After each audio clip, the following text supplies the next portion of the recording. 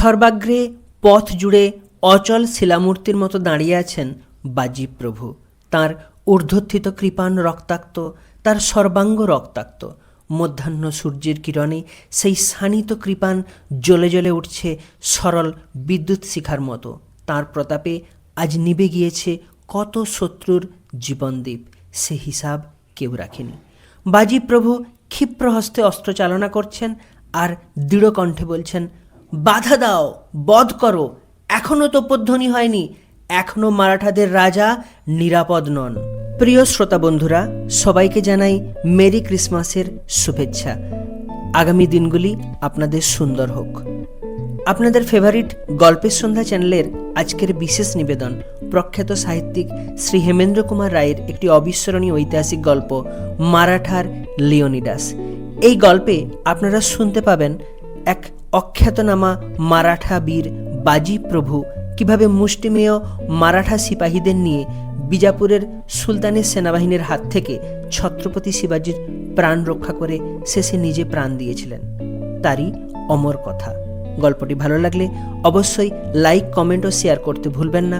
শুরু হচ্ছে আজকের গল্প মারাঠার লিওনিডাস। 480 খ্রিস্টপূর্বাব্দ। পারস্য করেছে গ্রিসের বিরুদ্ধে যুদ্ধ ঘোষণা। পারস্যের বিপুল বাহিনীকে বাধা দেওয়ার জন্য স্পার্টার রাজা লিওনিডাস 1000 মাত্র সৈন্য নিয়ে এগিয়ে এলেন।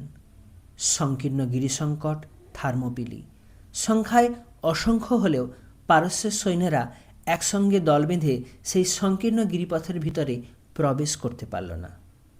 নগণ্য গ্রিক সৈন্য নিয়ে লিওনিডাস অগণ্য শত্রু সৈন্যকে বাধা দিলেন বহুক্ষণ ধরে, কিন্তু অসম্ভব হলো না সম্ভবপর। অবশেষে লিওনিডাসকেই প্রাণ বিসর্জন দিতে হলো সদল বলে। ইউরোপের লোকেরা এই ঘটনা আজ পর্যন্ত ভোলেনি। লিওনিডাসের জন্য সারা ইউরোপ গর্ব অনুভব করে। সাহেবরা ইউরোপের বাইরে যেখানে যেখানে গিয়েছে সেইখানেই শুনিয়েছে লিওনিডাসের গল্প। তোমরাও নিশ্চয়ই স্কুলের বইতে এই গল্প পাঠ করেছ। লিওনিডাস যে স্মরণীয় বীরত্বের পরিচয় দিয়েছিলেন সে বিষয়ে সন্দেহ নেই, কিন্তু আমাদের ভারতবর্ষেও যে লিওনিডাসের সঙ্গে তুলনীয় বীরের অভাব নেই, তোমাদের কয়জনে সে খবর রাখে? 1660 খ্রিস্টাব্দ। বিজাপুরের অধিপতি আলী আদিল শাহ করেছেন শিবাজির বিরুদ্ধে যুদ্ধ ঘোষণা। শিবাজি তখনও ছত্রপতি হননি। বিজাপুরের অধিপতি তখনও তাকে মনে করেন সামান্য এক বিদ্রোহী জায়গিরদারের মতো। কিন্তু বিজাপুরের সেনাপতি আফজল খাঁকে হত্যা করে তার নাম তখন ছড়িয়ে পড়েছে মহারাষ্ট্রের দিকে দিকে। দলে দলে মারাঠি এসে সমবেত হয়েছে তাঁর পতাকার তলায়। তাদের সাহায্যে বারবার শত্রুদের পরাস্ত করে ইতিমধ্যেই তিনি গড়ে তুলেছেন একটি নাতি বৃহৎ স্বাধীন হিন্দু রাজ্য। পানহালা হচ্ছে দুর্গের নাম। তার অবস্থান কোলাপুরে। শিবাজি নিজের কতক সৈন্য নিয়ে বাস করছিলেন সেইখানেই। শিবাজির কয়েকখানি পুরাতন প্রতিকৃতি আছে, কিন্তু সেগুলি যে শিবাজির জীবনকালে তাকে চোখে দেখে আঁকা হয়েছিল এমন কোনো নিশ্চিত প্রমাণ নেই। খুব সম্ভব জীবন্ত শিবাজিকে সচক্ষে দেখলেও শিল্পীরা এই ছবিগুলি এঁকেছিলেন তার মৃত্যুর পরে নিজেদের স্মৃতির উপর নির্ভর করে। সুতরাং ধরে নেওয়া যেতে পারে চিত্রাঙ্কিত মূর্তির সঙ্গে আসল শিবাজির মোটামুটি সাদৃশ্য আছে। তবে পুরাতন চিঠিপত্রে শিবাজির চেহারার বর্ণনা পাওয়া যায় শিবাজির বয়স যখন 38 কি 39। তখন এসকালিয়ট নামে এক ইংরেজ সুরাট শহরে তাকে দেখে লিখেছিলেন, শিবাজির দেহ মাঝারি আকারের এবং সুগঠিত, তার মুখ হাসি হাসি, দৃষ্টি চঞ্চল ও মর্মভেদী, তার রং অন্যান্য মারাঠিদের চেয়ে সাদা। প্রায় ওই সময়েই থেবনট নামে এক ফরাসি ভ্রমণকারীও শিবাজিকে সচক্ষে দেখে বলেছেন, রাজা মাথায় উঁচু নন, তার গায়ের রং কটা, চঞ্চল দৃষ্টির ভিতর দিয়ে প্রকাশ পায় সজীবতার প্রাচুর্য। ইংরেজ দূত হেনরি অক্সিন্ডেন শিবাজিকে ওজন হতে দেখেছিলেন। ওজনে তার দেহ ছিল কিছু বেশি 2 মণ। পানহালা গড়ে শিবাজিকে আক্রমণ করতে এলেন বিজাপুরের সেনানী ফজল খাঁ ও তাঁর প্রধান পার্শ্বচর সিদ্দি হালাল, সঙ্গে তাদের 15,000 সৈন্য। যে আফজল খাঁকে শিবাজি হত্যা করেছিলেন, এই ফজল খাঁ ছিলেন তারই পুত্র। তিনি যে দৃঢ় প্রতিজ্ঞ হয়ে পিতার হত্যার প্রতিশোধ নিতে এসেছিলেন, এটুকু সহজেই অনুমান করা যায়। তার হাতে পড়লে শিবাজির আর রক্ষে নেই। শিবাজির সৈন্য সংখ্যা 5-6 হাজারের বেশি ছিল না বটে, কিন্তু পানহালার মতো মস্ত বড় ও সুরক্ষিত কেল্লার আশ্রয় থেকে তিনি আত্মরক্ষার সুযোগ পেলেন যথেষ্ট। উপরন্তু মাঝে মাঝে তার সৈন্যরা হঠাৎ কেল্লা থেকে বেরিয়ে পড়ে এমনভাবে শত্রু সংহার করতে লাগল যে বিজাপুরের দল রীতিমতো ভয় পেয়ে নিরাপদ ব্যবধানে পিছিয়ে যেতে বাধ্য হলো। অবশ্য এটা বলা বাহুল্য, পিছিয়ে গিয়েও তারা চারিদিক থেকেই দুর্গকে বেষ্টন করে রইল। তারপর ফজল খাঁ অবলম্বন করলেন এক নতুন কৌশল। পানহালার কাছেই ছিল মারাঠিদের পানগড় নামে আর একটা কেল্লা। সেটি পানহালার মতো সুরক্ষিত না হলেও তার অবস্থিতি ছিল এমন ধারা যে পানগড় হারালে পানহালার মারাঠিদের খোরাকের অভাবে আত্মসমর্পণ করা ছাড়া উপায়ান্তর থাকবে না। সুচতুর ফজল খাঁ প্রথমে পানগড়ের নিকটস্থ একটা ছোট পাহাড় দখল করলেন। তারপর পাহাড়ের টঙে কয়েকটা কামান টেনে তুলে একেবারে পানগড়ের ভিতর গোলা নিক্ষেপ করতে লাগলেন। পানগড়ের ভিতর ছিল অল্প মারাঠি সৈন্য। তাদের অবস্থা হলো শোচনীয়। দুর্গরক্ষক শিবাজির কাছে খবর পাঠালেন, শীঘ্র সৈন্য পাঠিয়ে সাহায্য করুন, নইলে আমরা শত্রুদের আর ঠেকাতে পারবো না। শিবাজি পড়লেন মহা সমস্যায়।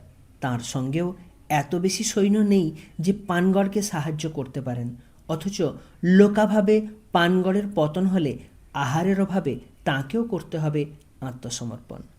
বেশি ভাবনারও সময় নেই। তাড়াতাড়ি না করলে পালাবার পথও বন্ধ হবে। শিবাজি হুকুম দিলেন, শোনো সবাই, কতক সৈন্য পানহালাতেই থাক, তারা যতক্ষণ পারে দুর্গ রক্ষা করুক।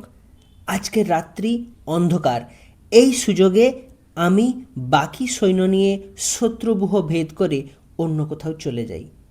সেই ব্যবস্থাই হলো। সে রাত্রে চাঁদ ওঠেনি। অন্ধকারে মানুষের চোখও অন্ধ। মারাঠিরা বাঘের মতো বিজাপুরীদের উপরে ঝাঁপিয়ে পড়ল।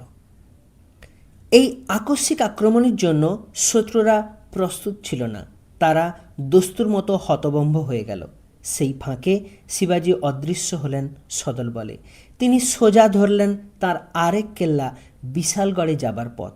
সেখান থেকে বিশালগড়ের দূরত্ব 27 মাইল।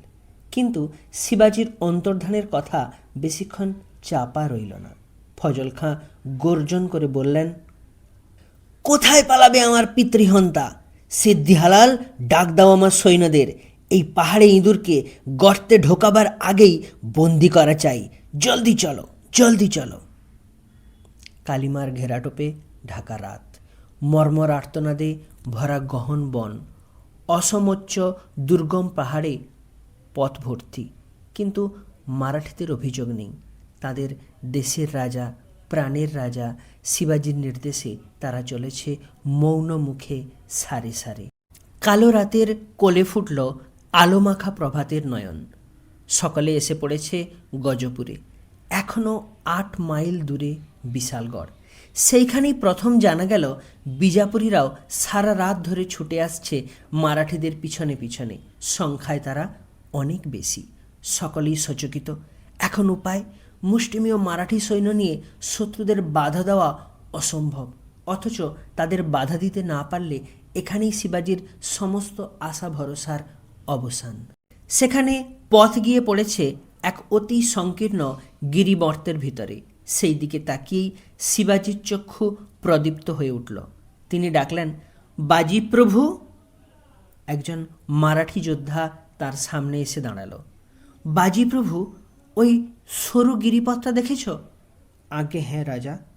ওই পথটার ভিতরে গিয়ে দাঁড়ালে 100 জন লোক বাধা দিতে পারে, হয়তো 5000 লোককে।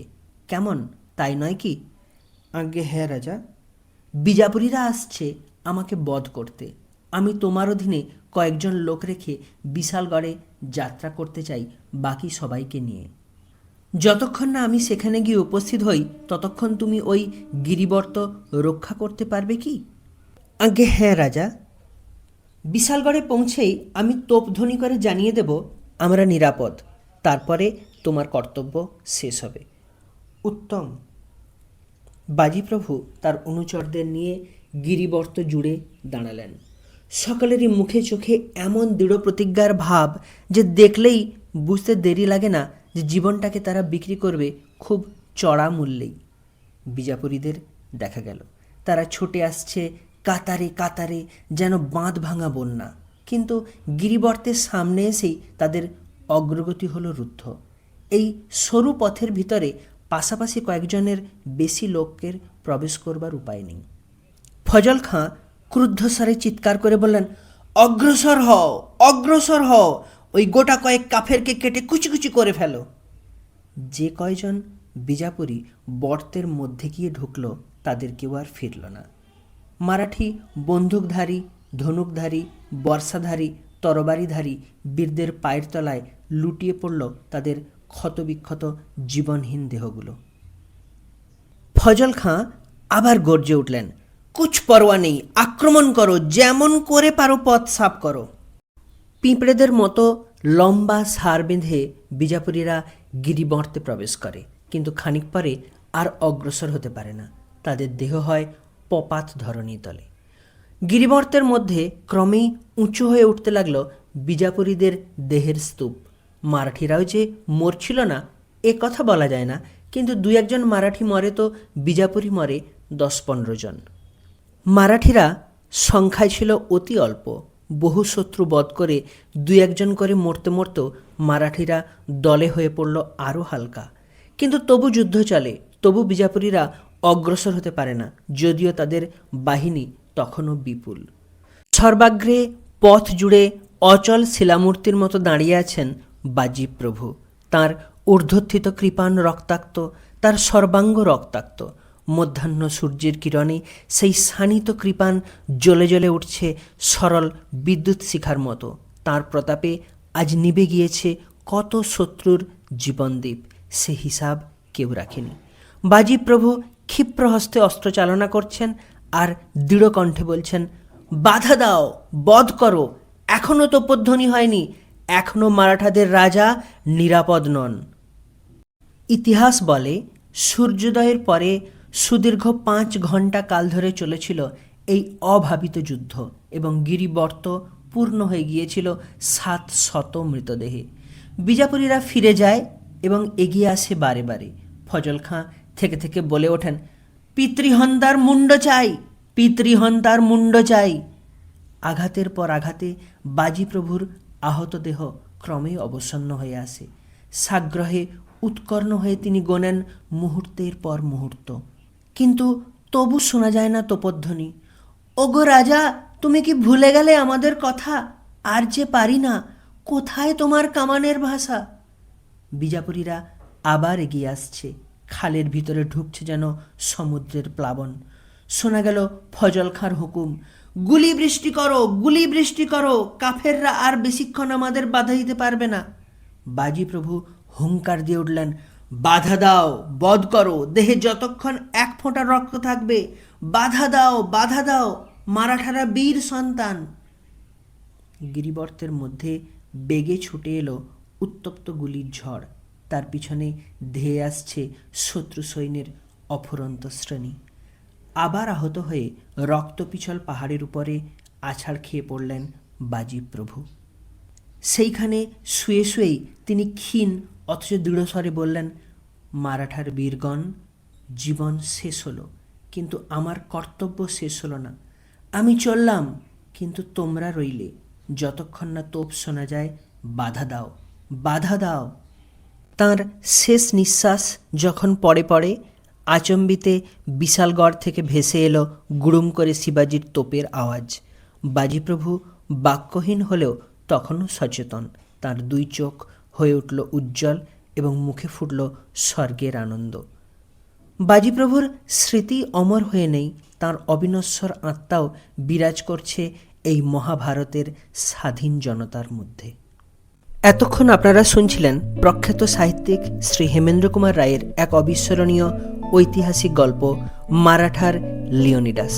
গল্পটি ভালো লাগলে অবশ্যই লাইক, কমেন্ট ও শেয়ার করতে ভুলবেন না। মনে রাখবেন, আপনাদের একটি লাইক বা একটি কমেন্ট আমাদের উৎসাহিত করবে আরেকটি দুর্দান্ত গল্প উপহার দিতে। আর নতুন নতুন গল্পের আপডেটস পেতে চ্যানেলটি সাবস্ক্রাইব করে বেল বাটনটি অল করে রাখবেন, তাহলে সমস্ত নোটিফিকেশানগুলি আপনার পেজে পৌঁছে যাবে। আবার দেখা হবে আগামী সোমবার ঠিক সন্ধে 7টায়। ভালো থাকুন, সুস্থ থাকুন, শুভরাত্রি।